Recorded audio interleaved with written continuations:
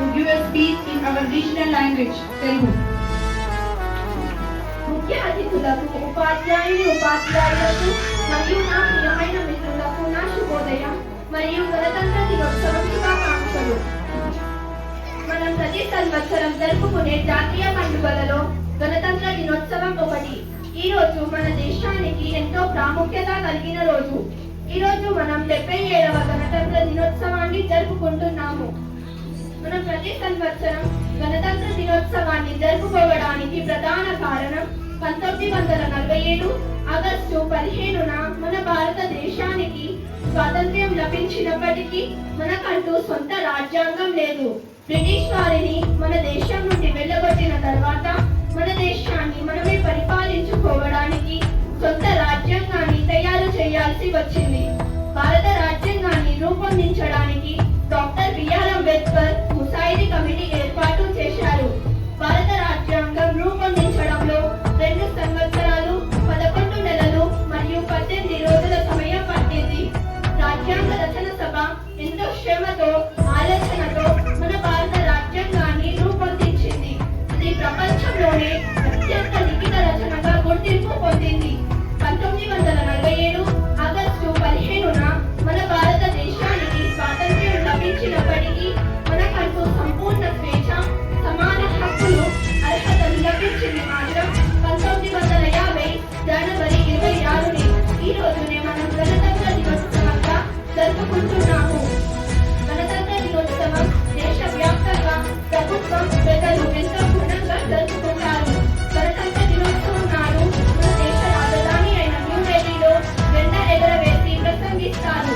గణతంత్ర దినోత్సవం మనకు కేవలం పండుగ మాత్రమే కాదు, ఇది మన బాధ్యతలను గుర్తు చేసే రోజు. మంచి పౌరులుగా మారి దేశాభివృద్ధికి కృషి చేయడమే మనందరి కర్తవ్యం.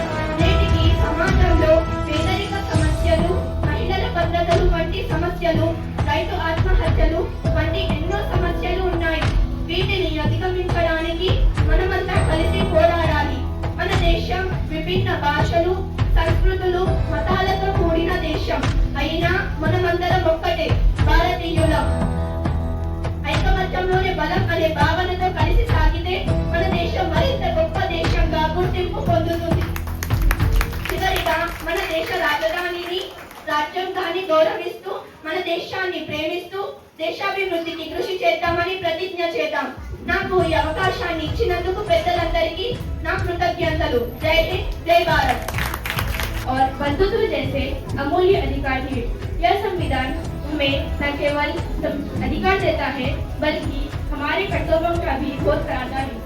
गणतंत्र दिवस हमें उन महान स्वतंत्रता सेनानियों की याद दिलाता है जिन्होंने अपने प्राणों की आहुति देकर हमें आजादी दिलाई। महात्मा गांधी, सरदार वल्लभ भाई पटेल, सुभाष चंद्र बोस, भगत सिंह जैसे वीरों के बलिदानों को हम कभी नहीं भूल सकते। भारत एक ऐसा देश है जहाँ विविधता में एकता देखने को मिलती है। यहाँ अनेक धर्म, भाषाएं, संस्कृतियाँ और परंपराएं होते हुए भी हम सब एक हैं। यही हमारे देश की सबसे बड़ी ताकत है। प्रिय साथियों, हम विद्यार्थी देश का भविष्य है। हमारा कर्तव्य है कि हम ईमानदार, अनुशासित और जिम्मेदार नागरिक बने। हमें शिक्षा को अपना सबसे बड़ा हथियार बनाकर देश की प्रगति में योगदान देना चाहिए। स्वच्छ भारत, हरित भारत और आत्मनिर्भर भारत का सपना तभी साकार होगा जब हम सब मिलकर प्रयास करेंगे। अंत में मैं अपनी बात जय हिंद, जय भारत के नारों से समाप्त करती हूँ। आप सभी का धन्यवाद।